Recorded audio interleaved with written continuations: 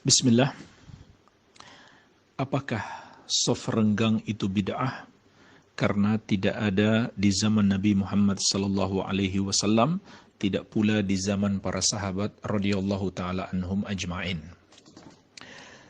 Jawabannya, jemaah sekalian, ada 5 sisi yang perlu diperhatikan.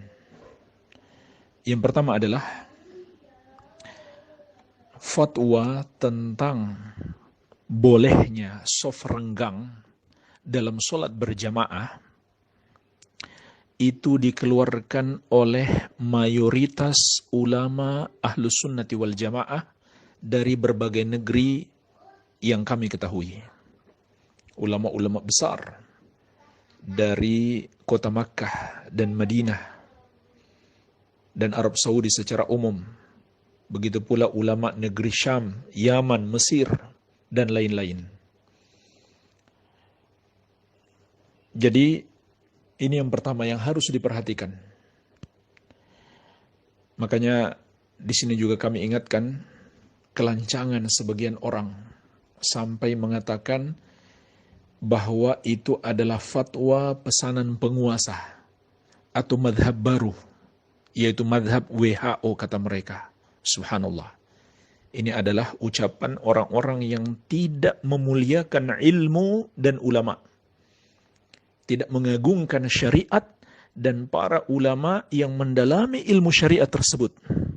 Padahal Allah Azza wa Jalla berfirman, "Yarfa'illahu alladhina amanu minkum walladhina utul ilma darajat." Allah mengangkat orang-orang yang beriman di antara kalian dan orang-orang yang berilmu beberapa derajat. Termasuk prinsip syariat Islam adalah mengagungkan ilmu dan memuliakan para ulama. Ini yang pertama. Kemudian yang kedua,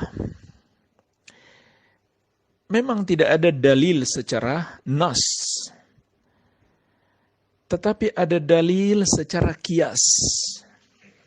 Al-Syekh Al-Allamah Profesor Dr. Sulaiman Ar-Ruhaili, salah seorang pengajar di Masjid Nabawi, pewaris Rasulullah SAW bersama para ulama yang lainnya, dan guru besar di Universitas Islam Madinah, dan juga imam Masjid Quba di kota Nabi yang mulia. Beliau menjelaskan, minimalnya ada 2 dalil pengkiasan. Pertama, dalil adanya sholat khauf, yaitu kita harus merubah bentuk sholat kita saat sholat khauf, sholat dalam keadaan perang atau dalam keadaan takut. Yang kedua, dibolehkannya merubah bentuk sholat bagi orang yang masbuk. Karena pentingnya sholat berjamaah. Walaupun harus merubah bentuk sholat, tetap harus sholat berjamaah dalam keadaan khauf maupun dalam keadaan masbuk. Maka apabila dalam keadaan itu boleh dirubah bentuk sholat, begitu pula dalam keadaan saat ini. Kita merubah bentuk sholat, yaitu saf direnggangkan karena adanya sebab. Bukan tanpa sebab, tapi ada sebab. Iya. Ini jamaah sekalian namanya kias. Bagi para penuntut ilmu atau orang yang sedikit saja pernah belajar ilmu fikih dan ilmu usul fikih, tentu tidak perlu dijelaskan lagi apa dalilnya kias. Namun supaya lebih ngerti, saya sebutkan satu hadis saja. Bagaimana Rasulullah SAW melakukan kias. Ini dalil jumhur ulama, 4 madhab. Ulama 4 madhab semuanya sepakat. Kias itu adalah dalil. Dalil-dalil yang dibangun di atas Al-Quran dan Sunnah. Di antaranya adalah sebuah hadis yang diriwayatkan Al-Bukhari dan Muslim tentang seorang wanita yang bertanya kepada Rasulullah SAW tentang ibunya yang masih memiliki hutang puasa. Apakah ahli warisnya mengqadha? Maka Nabi SAW bertanya kepadanya, bagaimana pendapatmu kalau ibumu punya hutang kepada orang? Apakah harus dibayar hutangnya? Kata wanita tersebut, ya. Maka Nabi SAW pun mengatakan, fasumi an ummik. Berpuasalah untuk mengqadha hutang puasa ibumu. Dalam riwayat yang lain, Nabi SAW mengatakan, hutang kepada Allah lebih layak untuk dibayar. Ya. Nah, jemaah sekalian, lihatlah dalam hadis ini, Rasulullah SAW menggunakan kias. Hutang kepada makhluk harus dibayar, maka hutang kepada Allah lebih layak untuk dibayar. Ini namanya kias. Dan masih banyak lagi dalil-dalil yang lain. Masih terlalu banyak dalil-dalil yang lain. Ya. Maka di sini ada ilmu namanya ilmu usulul fiqh. Di antara yang dipelajari dalam usulul fiqh itu, ilmu tentang cara-cara berdalil. Dalil itu enggak harus secara nas menyatakan demikian, tidak. Tapi bisa dengan kias terhadap dalil-dalil yang lain. Iya. Namun tentu di sini ada aturan-aturannya. Ada aturan-aturannya dibahas secara detail dalam pembahasan usulul fiqh. Jadi yang tidak memahami kedalaman ilmu para ulama, itu jangan lancang. Maka ini adalah fatwa yang berdasarkan dalil dan bukan bid'ah. Iya. Baik, ini yang kedua, catatan yang kedua. Kemudian catatan yang ketiga, mungkin ada orang bertanya, kenapa ulama harus mengikuti saran WHO dan pemerintah untuk melakukan physical distancing, sehingga soft pun harus berjauhan? Maka kita jawab, yang pertama, bukan hanya WHO yang menganjurkan hal tersebut, tetapi ini adalah saran mayoritas ahli kesehatan. Kalau tidak mau dikatakan semua ahli kesehatan. Ini yang pertama. Yang kedua, ini pun bukan hanya satu pemerintah saja, atau dua pemerintah, atau dua negeri, tetapi seluruh negeri kaum muslimin. Seluruh pemerintah kaum muslimin di seluruh negeri berpesan demikian. Nah, jemaah sekalian, ketahuilah, ini pun ada dalilnya. Mengapa harus merujuk kepada keputusan pemerintah dan para ahli kesehatan dalam masalah ini? Di antara dalilnya, ini juga sangat banyak dalilnya. Di antara dalilnya adalah surat An-Nisa ayat 83. Allah Azza wa Jalla berfirman, "Wa idza ja'ahum amru minal amni awil khawfi adza'u bih walau radduhu ila rasul wa ila ulil amri minhum la'alimahu alladhina yastambitunahu minhum." Dan apabila datang kepada mereka suatu berita tentang keamanan maupun ketakutan, artinya berita tentang urusan orang banyak, maka mereka langsung menyebarkannya. Artinya mereka langsung berbicara tentang itu. Maka Allah mencela sifat seperti itu. Bagaimana seharusnya? Kata Allah, andaikan mereka menyerahkan urusan itu kepada Rasul dan ulil amri, yaitu ulama dan umara di antara mereka, dan para ahli di antara mereka. La'alimahul ladzina yastambitunahu minhum. Tentulah orang-orang yang ingin mengetahui kebenarannya akan mendapatkan dari Rasul dan ulil amri tersebut. Dari Rasul maksudnya ketika beliau masih hidup. Ya. Nah, jemaah sekalian, perhatikan apa kata imam besar ahli tafsir Asy-Syaikh Al-Allamah Abdurrahman bin Nasir As-Sa'di rahimahullah tentang ayat ini. Wa fi hadza dalilun liqa'idatin adabiyyah wa hiya annahu idza hasala bahthun fi amrin minal umur yanbaghi an yuwalla man huwa ahlun lidzalik wa yuj'al ila ahlihi. dalam ayat ini terdapat kaidah adab. Perhatikan, seorang muslim harus memiliki adab. Yaitu apabila terjadi pembahasan suatu permasalahan, maka hendaklah diserahkan kepada ahlinya. Diserahkan kepada ahlinya. Dan ini juga dicela oleh Nabi SAW, termasuk tanda-tanda kiamat apabila urusan telah diserahkan kepada yang bukan ahlinya. Semua orang sok berbicara. Sebagaimana Nabi SAW juga mengingatkan tentang ruwaibidah, orang kecil, orang kerdil. Ar-rajulu tafih yatakallamu fi amril amah. Orang bodoh, siapa ruwaibidah itu? Orang bodoh tapi berbicara tentang urusan orang banyak. Dicela oleh Rasulullah SAW. Jadi jangan sok berbicara, serahkan kepada ulama, serahkan kepada ahlinya, kepada yang bermenang. Kemudian Syekh mengatakan, wala yutaqaddam baina aydihim fa innahu aqrabu lis-shawab wa ahra lis-salamati minal khata'. Dan janganlah mendahului orang yang berhak, karena sikap seperti ini menyerahkan kepada yang berhak, tidak mendahului mereka, itu lebih dekat kepada kebenaran dan lebih selamat dari kesalahan. Maka jemaah sekalian, ini diantara dalilnya, dan masih banyak lagi dalil-dalil yang lain. Ya. Dan secara khusus, Asy-Syaikh Al-Allamah Dr. Shalih Al-Utsaimin hafizahullah ta'ala juga berkata, yan bagi an yajtahidal insan fi akhdhi masadiril ma'lumat allati tahummuhu minal jihad al-mukhtassah wa an yahdhara minal isya'at. Hendaklah seseorang bersungguh-sungguh dalam mendapatkan info-info yang penting baginya di masa-masa terjadi wabah penyakit ini dari sumber-sumber resmi, dan berhati-hati dari isu-isu yang belum tentu benar.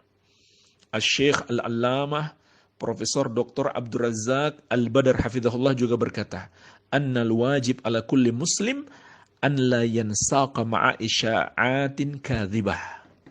Wajib bagi setiap muslim untuk mewaspadai berita-berita hoax, yaitu yang tidak berasal dari ahlinya. Baik, ini ketentuan syariat. Dan ketahuilah jemaah sekalian, dalam masalah-masalah kemaslahatan umum, itu juga termasuk hak pemerintah untuk mengaturnya. Bukankah kita telah memahami, untuk penetapan Idul Fitri dan Idul Adha harus diserahkan kepada pemerintah. Begitu pula puasa. Rasulullah SAW bersabda, as-sawmu yawma tasumun, wal fitru yawma tuftirun, wal adha yawma tudahun. Puasa adalah hari kalian semua berpuasa. Beridul Fitri adalah hari kalian semua beridul fitri. Beridul Adha adalah hari kalian semua beridul Adha. Maksudnya harus dilakukan bersama pemerintah. Kalau kita pahami ini, masalah-masalah yang bersifat kemaslahatan umum, hendaklah kita tidak ikut berbicara di dalamnya. Tapi kita serahkan kepada ahlinya, kepada para ulama, dan kepada pemerintah, dan juga para ahli di bidangnya. Baik, ini yang ketiga. Catatan yang keempat, para ulama juga berdalil dengan kaidah-kaidah fikih. Bagaimana penjelasannya?